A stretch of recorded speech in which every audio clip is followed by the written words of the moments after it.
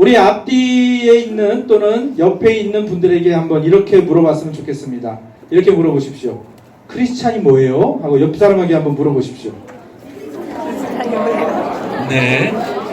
크리스찬이 뭐예요? 또 한번 물어볼까요? 기독교인이 뭐예요? 네. 그러면 우리 이 여기에 대해서 어떻게 대답을 하실지 우리 김승원 집사님. 크리스찬이 뭐죠? 갑자기 질문하니까. 주를 주로 시인하는 자들. 주를 주로 시인하는 자들. 네, 감사합니다. 우리 김상엽 집사님. 당황하셨죠? 크리스찬이 뭐죠? 예, 감사합니다. 네, 뒤에 있다고 안심하지 마시고 김대식 집사님. 크리스찬이 뭐죠? 애 보는 사람들이요? 네, 전혀. 네. 우리 뒤에 김병섭 집사님. 크리스찬이 뭘까요? 네, 하나님을 믿는 사람들. 네, 제가 일부러 남자분들만 물어봤습니다. 왜냐하면 여자분들은 집중을 잘 하시거든요. 네.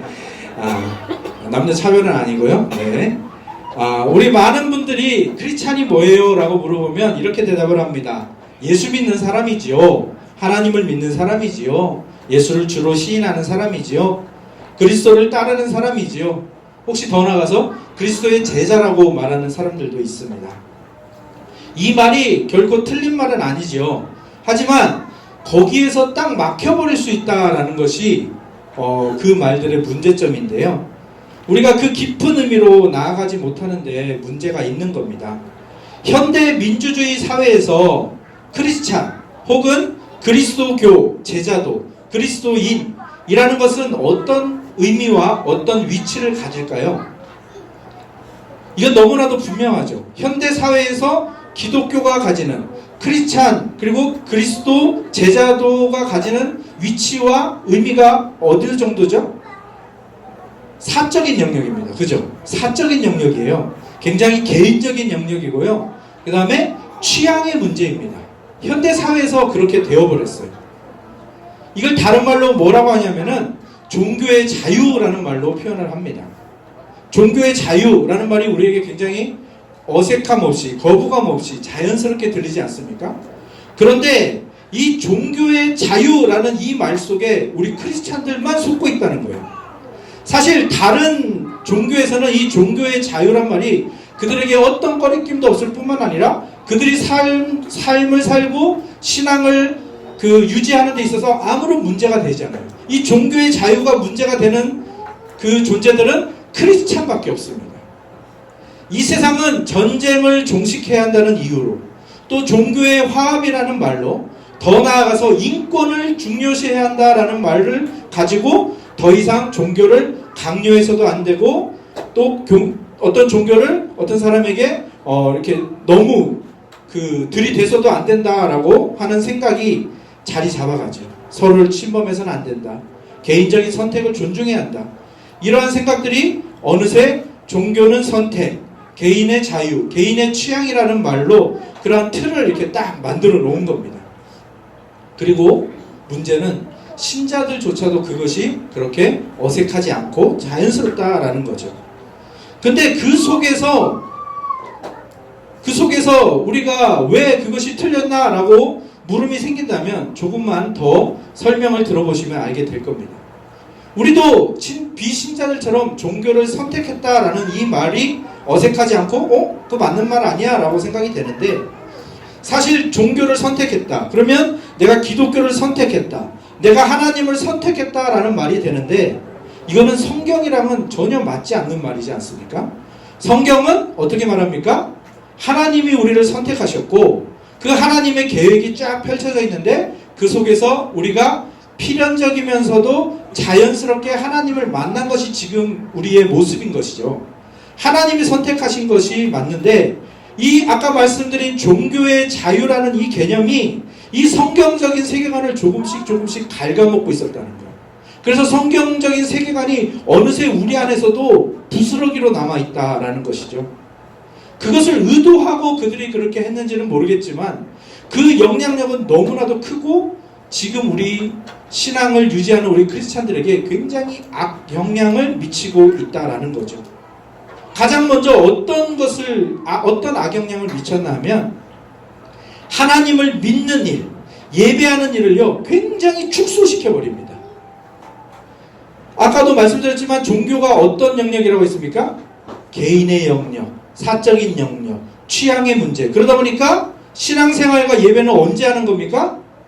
여가 시간에, 남는 시간에, 휴일에 하는 일로 만들어져 버린 것이죠. 그때부터 신앙의 이분법이 시작이 됩니다. 그래서 신앙의 체계가 깨어지는 거죠. 우리 그림을 하나 볼까요? 보이시죠? 네, 이렇게 이분법으로 우리의 신앙과 삶을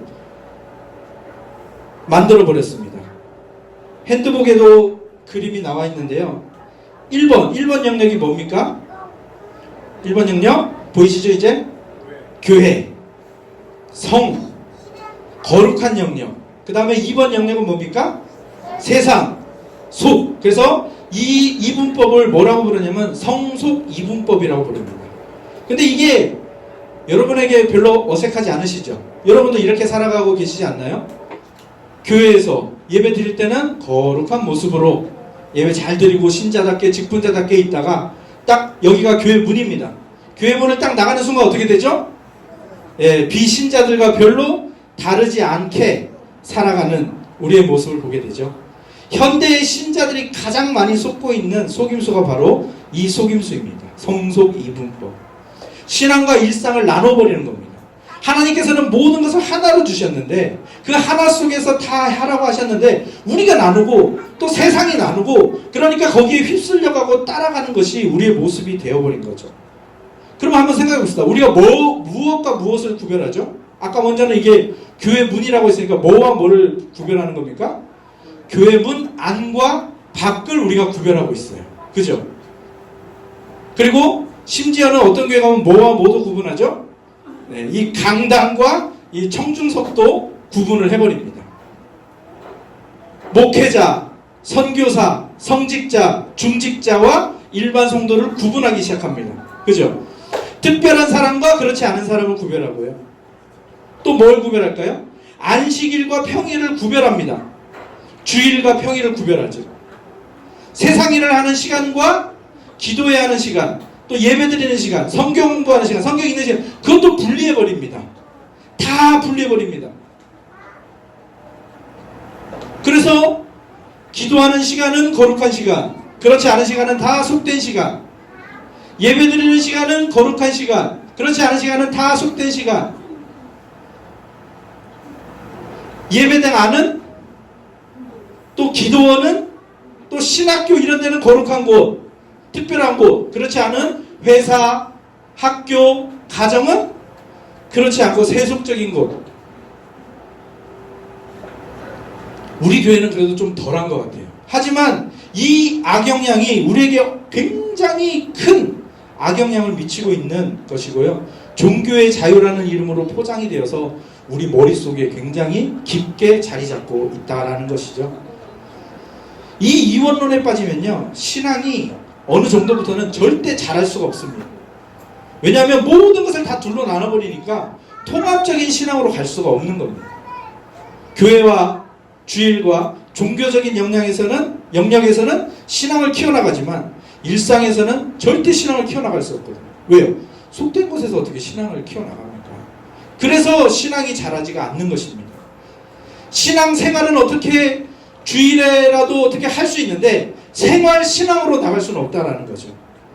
신앙생활과 생활신앙, 한 글자를 앞뒤만 바꿔놓은 거지만 굉장히 큰 차이가 있는 것을 느끼지 않습니까? 근데 원래는 이게 하나라는 거예요. 신앙생활, 생활신앙, 이것이 하나라는 것을 우리가 알아가야 한다는 것입니다. 그래서 많은 사역자들이 그리고 기독교 학자들이 여기에서 벗어나기 위해서 굉장히 많은 노력을 했고요. 이론도 만들고 책도 쓰고 세미나도 합니다. 그래서 많은 부분 정리가 좀 되었는데요. 그 중에서 이것을 이렇게 보지 말고 다르게 보아야 한다라는 그림이 있습니다. 두 번째 그림을 좀 보여주십시오.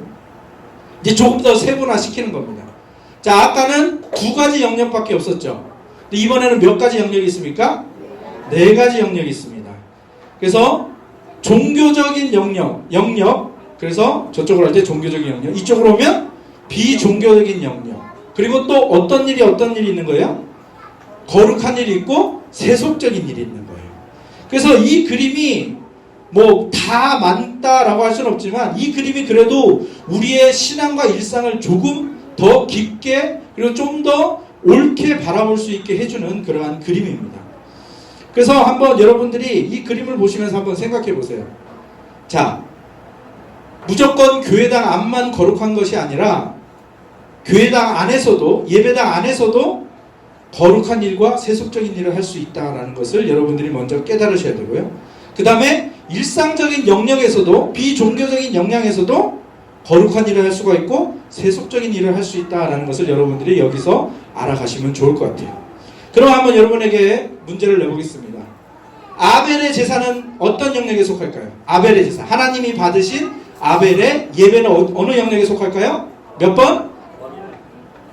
1번. 그렇죠. 그러면 하나님이 받지 않으셨던 가인의 제사, 자기 생각대로 했던 가인의 제사는 몇 번 영역에 속할까요?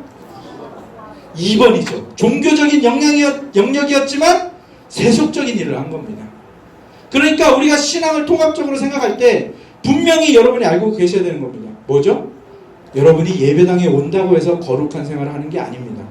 예배당에 와서도 하나님을 생각하고 그렇게 하나님이 기뻐하시는 대로 해야만 거룩한 일을 할 수가 있는 것이고요. 그렇지 않으면 예배당에서도 뭐 할 수 있다는 거예요? 세속적인 일과 더 나아가서는 우상숭배마저도 할 수 있다는 겁니다. 그것을 여러분이 꼭 기억하셔야 됩니다. 교회당 안이 무조건 거룩한 것이 아닙니다. 거룩한 것은 하나님이 계신 곳이 거룩한 것이죠. 그러면 여러분에게 한 번 더 물어볼게요. 그러면 하나님, 저는 저 세리와 같지 않고 일주일에 뭐 몇 번씩 금식을 하고 11조도 회하고 그 바리새인의 기도는 어디에 속할까요? 그렇죠. 2번. 그러면 저 구석에서 고개도 감히 들지 못하고 가슴을 치며 저는 죄인입니다라고 그렇게 흐느껴 기도했던 세리의 기도는 어디에 속할까요? 그렇죠. 1번이죠. 조금 이해가 가시죠? 네. 그러면 여러분들이 직장에서 정말 하나님이 나에게 주신 소명이다 생각하면서 그 맡은 일을 최선을 다해서 하는 것은 몇 번에 속할까요? 그렇죠. 3번. 직장에서 그냥 시간만 때우고 눈치 보면서 딴짓하고 성실하지 못하게 일하는 것은 어디에 속할까요? 그렇죠. 4번. 그러니까 여러분의 신앙과 일상이 어떤 쪽에 속하며 거기에서 내가 무엇을 선택할 수 있는가가 이 그림에서 많이 드러나죠. 그러니까 어떤 방향이 좋은 걸까요? 여러분이 볼 때 어떤 방향이 좋은 것 같습니까? 한시 방향. 네. 한시 방향이요? 네? 네, 한시 방향 맞습니다. 4번에서 1번을 향해서, 그죠? 4번에서 3번을 향해서 가는 그 방향이 좋은 거고요. 그럼 가장 비참한 사람은 누구일까요? 평일에 4번에 있다가 주일날 2번에 가는 사람, 그 사람이 제일 불쌍한 신자겠죠. 그죠? 물론 우리가 여기 왔다 갔다 하면서 실패하기도 하고 어떤 때는 하나님 기뻐하시는 일을 할 수도 있어요. 그래서 왔다 갔다 하는 것은 굉장히 여러분에게 당연한 일이고 우리가 천국 가는 날까지 아마 우리는 여기를 왔다 갔다 하면서 살아가게 될 거예요. 문제는 뭐예요? 여기에만 머물러 있는 사람이 굉장히 불행한 사람인 거예요. 여러분에게 여기에만 머물러 있으라고 말씀드리진 않습니다. 왜? 그것은 사실 우리 연약함으로는 불가능한 일인 것 같아요. 그죠? 우리는 여기도 갈 수 있고 여기도 갈 수 있어요. 하지만 우리가 추구를 하는 거죠. 추구를 하면서 자기 자신을 돌아보는 것이죠. 그러면 여기에 한번 여러분의 것들을 한번 대입해 보시면 좋을 것 같아요. 여러분의 시간을 한번 대입해 보면 여러분의 시간을 한번 대입해 보세요. 1번에 해당하는 여러분의 시간은 어떤 시간일까요? 시간이라고 하니까 좀 그렇죠. 그러면 돈으로 해볼게요. 돈. 자, 여러분의 돈이 있습니다. 여러분의 돈을 어떻게 쓰면 1번 영역에 속하게 될까요? 네? 한번 생각해 보세요. 감사함으로 드린 헌금이면 1번에 속하겠죠. 그죠? 그럼 2번에 여러분의 돈이 2번에 속한다. 그러면 어떤 것이 있을까요? 종교적인 영역에서 세속적인 그 방향으로 사용한 돈이 있다면 뭘까요? 네, 제가 그냥 말씀드릴게요. 불순한 목적으로 드린 헌금들 있죠. 그죠? 누군가의 눈치를 보면서 드리는 헌금이라든가, 아니면 어찌할 수 없어서 마지못해서 억지로 드리는 헌금이라든지, 물론 거의 다 그럴 수도 있습니다만, 하지만 네, 그런 일들. 그러면 3번에 속하는 여러분의 돈은 어떤 걸까요? 그렇죠. 여러분이 사회에서, 일터에서 정직하게 번 돈들은 3번에 속하겠죠. 그럼 4번에 속하는 돈은 뭐가 있을까요? 뭐 일확천금을 바란다든지, 또는 자신만을 위해서 벌고 쓰는 돈은 아마 4번에 속하게 될 것 같습니다. 그렇죠? 그러면 돈도 여러분들이 그러면 여러분의 여러분의 말을 한번 생각해 보시면서, 여러분의 말 중에서 1번에 속하는 말은 뭘까요? 네, 기도. 하나님께 정말 하나님과 대화하는 기도들, 또 하나님의 말씀을 주일에 설교로 듣고 거기에 대한 나의 그 심령에서 나오는 고백들, 아마 그것들은 1번에 속하게 될 겁니다. 그러면 2번은 뭘까요? 여러분의 말 중에서 종교적인 영역에 속하지만 세속적인 일을 하는 그런 말은 뭐가 있을까요? 그냥 제가 한번 말씀드려볼까요? 딱 이겁니다. 오늘 이 설교 그 집사가 들었어야 되는데, 그죠? 이 설교 오늘 내 남편이 들었어야 되는데, 그죠? 그런 말들, 말씀으로 정지하는 사람들 있잖아요. 그런 말들은 2번에 속하게 될 것 같아요. 그죠? 그럼 3번에 속하는 말은 뭘까요? 3번? 네, 선한 말들. 사회에서도, 직장에서도 여러분들이 선한 말들을 할 수가 있고요, 친절한 말들을 할 수가 있습니다. 예쁜 말, 고운 말 하려고 애쓰면서 했던 말들은 3번이 되겠죠. 그럼 4번은 뭐가 될까요? 4번? 아천아, 4번에 속하는 말이 뭘까? 아천아, 너가 오늘 형한테 이 새끼야 했던 그런 말들 있지? 그래. 4번. 한번 여러분들의 일상의 것들을 한번 이 영역을 생각하면서, 이 표를 생각하면서 한번 대입해 보시면 좋을 것 같아요.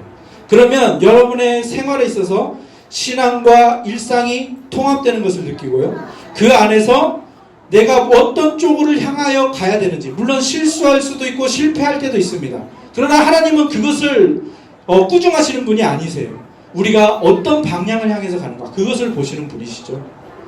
그렇다면 여러분과 함께 조금 더 나눠보고 싶은 일이 있는데, 그러면 비종교적인 영역과 종교적인 영역을 우리가 나누는 건 굉장히 쉽잖아요. 그죠? 그런데 세속적인 일과 거룩한 일을 나누는 그 기준은 뭘까요? 거룩한 일과 세속적인 일을 나누는 기준이 뭘까요? 그것이 바로 이번 주제 말씀입니다. 우리 주제 말씀을 다시 한번 읽어볼까요? 제가 말할 테니까 여러분 따라 읽어보세요. 무슨 일을 하든지 마음을 다하여 주께 하듯 하고 사람에게 하듯 하지 말라. 그렇습니다. 거룩한 일과 세속적인 일을 나누는 기준이 뭐예요? 주께 하듯 하는 것은 거룩한 일, 사람에게 하듯 하는 것은 세속적인 일이라고 생각하시면 가장 쉬울 것 같습니다. 이걸 한 단어로 말하자면요, 인격적인 일을 하는 것입니다. 인격적인 관계에서 무언가를 하는 것은 거룩한 일이 됩니다. 생각해 보세요. 우리가 종교적인 영역에서도 하나님과의 인격적인 관계를 생각하면서 하는 일들은 다 뭡니까? 1번 영역, 거룩한 일에 속합니다. 그러나 우리가 종교적인 영역에 있지만 하나님과 인격적인 관계를 무시하고 하는 모든 것은 다 뭡니까? 세속적인 일이 되는 겁니다. 사회에서도, 일터에서도 마찬가지죠. 내가 어떤 일을 하고 상사를 대하고 또는 부하를 대할 때 그 사람이 정말 주님인 것처럼 대한다. 그러면 뭡니까? 우리는 그곳에서 거룩한 일을 하고 있는 거예요. 하지만 하나님과의 관계를 생각하지 않고 그냥 사람에게 하듯, 그냥 비인격에게 하듯 그렇게 하는 것들은 다 뭡니까? 세속적인 일이 되는 것이고 우리가 지양해야 되는 일이 되는 것입니다. 그래서 우리가 종교적인 영역, 교회에서 하는 신앙생활이 다 하나님과 인격적인 관계에서 이루어져야 된다는 것도 분명해졌고요. 그 다음에 우리가 비종교적인 영역, 우리의 생활의 터에서도 하나님과의 관계에서 모든 일을 생각하고 행해야 된다는 것이 우리에게 분명해졌습니다. 그런데 우리가 방향을 틀어서 자꾸 1번에서 2번 방향으로 갈 때 우리의 종교와 우리의 교회는 점점 깨져가게 되는 것이고 사회적으로 비판을 받게 되는 것이고 또 우리가 1번에서 3번을 향해서 왔다 갔다 하는 그쪽이 아니라 1번에서 4번을 향해서만 간다면 또는 2번에서 4번을 향해서만 간다면 정말 그것은 교회만 비판받을 뿐만 아니라 온 크리스찬들이 다 비판받는 그러한 일들이 되는 것이고 현재 그 일들이 한국 사회에 너무나도 만연하게 이루어지고 있는 것이죠. 그리고 여러분들 이 영역을 생각하면서 여러분들이 진짜로 생각해야 되는 부분 중에 하나가 뭐냐면 우상숭배가 어디에서 이루어질까요? 우상숭배가 어디 영역에서 이루어질 것 같으세요? 우상숭배? 그렇죠. 우리는 3번과 4번이라고 생각할 수도 있지만 우상숭배는 2번에서 이루어지는 거고요. 2번에서. 그래서 하나님께서는 예레미야서에서 이렇게 말씀하셨습니다. 너희는 이것이 여호와의 성전이라 여호와의 성전이라 여호와의 성전이라 하는 거짓말을 믿지 말라. 무슨 말입니까? 여호와의 성전이라고 해놓고 거기에 와서 예배드린다고 해놓고 뭐하고 있었다는 겁니까? 하나님이 싫어하시는 일만 하고 있었다는 거죠. 말라기서에서는 이렇게 말합니다. 만군의 여호와가 이르노라 너희가 내 제단 위에 헛되이 불사르지 못하게 하기 위하여 너희 중에 성전문을 닫을 자가 있었으면 좋겠도다. 내가 너희를 기뻐하지 아니하며 너희가 손으로 드리는 것을 받지도 아니하리라. 굉장히 무서운 말씀이죠. 하나님과의 인격적인 관계가 없으면 우리는 교회당 안에서 예배당 안에서 우상 숭배를 할 수 있다라는 것이고요. 그 다음에 비종교적인 영역에서 우리가 거룩한 일을 할 수 있다라는 사실을 여러분이 마음속에 꼭 간직하고 가셨으면 좋겠습니다. 죽게 하듯 하라라는 것은 그 사람이 주님인 것처럼 하라는 말도 되지만 그 사람들도 우리가 인격적으로 대해야 된다는 말입니다. 그런데 우리가 사람들 인격적으로 대하지 못할 때가 참 많죠. 그렇지 않습니까? 여러분, 택배 기사가 예정된 시간보다 하루나 이틀을 넘겨서 오면 우리는 무슨 생각을 하죠? 네, 그 사람을 사람으로 보지 않습니다. 그죠? 또 직장에서 부하 직원이 맡겨진 일을 제대로 하지 못했을 때 그때 우리는 그 사람을 어떻게 대하죠? 네, 굉장히 기능적으로 대합니다. 굉장히 사무적으로 대하고요. 비인격으로 대합니다. 이것도 못해? 이런 식으로 할 거야? 제가 좀 순화해서 말했죠. 또 남자들 입장에서 길거리를 가다가 야한 옷을 입은 여자를 봤어요. 또 TV에서는 더 많이 나오죠. 그런 여자들을 볼 때 가장 먼저 남성들의 마음속에서 드는 생각은 뭘까요? 그 여인을 인격적으로 볼까요? 아닙니다. 굉장히 기능적으로만 봅니다. 성적인 기능으로만 보는 것이죠. 남자들은 그렇고요. 여자들은 시각적으로는 덜하지만 여자들도 사실 비슷하죠. 여자들도 남자를 어떻게 보죠? 기능적으로만 봅니다. 저 사람이 나에게 만약 저 사람이 결혼하면 저 사람이 나에게 집을 해줄 수 있을까? 또는 저 사람이 나와 연인 관계가 되면 나에게 비싼 명품을 선물해 줄 수 있을까? 그런 말들이 뭐 김치녀, 된장녀 이런 말도 많이 만들어냈었는데요. 그러니까 우리가 기본적으로 사람을 대할 때 인격적으로 대하지 못한다는 겁니다. 그것은 세속적인 일로 가는 거고요. 세상 사람들과 별반 다르지 않은 겁니다. 그런 우리에게 성경이 도전하고 있습니다. 뭐라고요? 어떻게 하라고요? 죽게 하듯 하십시오. 상대방이 주님이라면, 그 택배기사가 만약에 주님이라면 여러분이 정말 그렇게 쏘아 붙이겠습니까? 여러분을 불편하게 한 어떤 사람이 있는데 그분이 주님이라면 여러분이 정말로 그렇게 얼굴 붉히면서 화를 낼까요? 성경이 여러분에게 도전하고 있는 겁니다. 여러분의 부하 직원이, 일 처리를 잘 못한 부하 직원이 주님이라면 당신이 정말로 그런 식으로 그 사람을 깔아뭉개겠습니까? 하나님의 형상이라는 말을 우리는 많이 듣고 많이 사용을 하는데요. 그 하나님의 형상이 상대방에 있다는 것을 생각하지 못하고 말하고 행동할 때가 우리가 참 많죠. 그래서 우리가 애써야 되는 것은 상대방에서 하나님의 형상을 발견하려고 애쓰는 것이고요. 또 하나, 하나님의 형상을 발견하지 못했더라도 어떻게 하라는 겁니까? 그 사람이 주님인 것처럼 대하라는 것이죠. 사실 인간 문제의 인간 사회의 모든 문제들은 거기에서부터 풀리는 겁니다. 거기에서 인권이라는 것이 나오는 것이고요. 거기에서 환대가 나오고요. 사실 거기에서 복지가 나오는 거죠. 그 사람을 인격으로 대하니까 그 사람의 어려움을 생각하고 그 제도가 만들어지는 겁니다. 거기에서 화해와 회복이 나오는 것이고요. 그것을 성경에서는 희년이라는 말로 그 제도로 표현을 하고 있죠. 오늘 우리가 그 일을 위해서 부름받은 존재라는 것을 여러분들이 기억하셨으면 좋겠습니다. 물론 절대 쉽지 않습니다. 왜냐하면 우리의 본성을 거스르는 일이거든요. 우리의 본성은 어떤 사람을 보더라도 그 사람을 비인격적으로 보는 게 자연스럽습니다. 왜요? 편하거든요. 그 사람을 인격적으로 보는 순간 불편해집니다. 왜냐하면 그 사람을 인격으로 대해야 되고 내가 조심해야 되고 그런 일들이 우리에게 주어지거든요. 하지만 성경은 그런 여러분의 본성에 여러분이 머물러 있으면 여러분은 흘러 떠내려가서 죽음과 사망과 비참함으로 가버립니다. 라고 말하고 있습니다. 여러분이 그 본성을 거슬러 올라가며 모든 사람을 대할 때 주께 하듯 하고 어떤 일을 할 때도 주님께 하듯이 한다면 여러분에게서는 거룩한 것들이 나오게 될 것입니다. 우리에게서 환대가 나오게 될 것입니다. 우리에게서 의와 평강의 열매들이 맺히게 될 것입니다. 라고 말하고 있는 것입니다. 결론을 내리겠습니다. 크리스찬이란 무엇입니까? 다시 한번 여러분 자신에게 한번 질문해 봤으면 좋겠습니다. 크리스찬이란 무엇입니까? 기독교인이란 무엇입니까? 정리를 해드리겠습니다. 비인격으로 가고자 하는 본성을 거슬러서 만나는 모든 이들을 주를 대하듯 대하고 모든 일을 주님께 하듯이 하는 사람. 아니, 그렇게 하면 결론이 지어지니까 안 좋겠죠?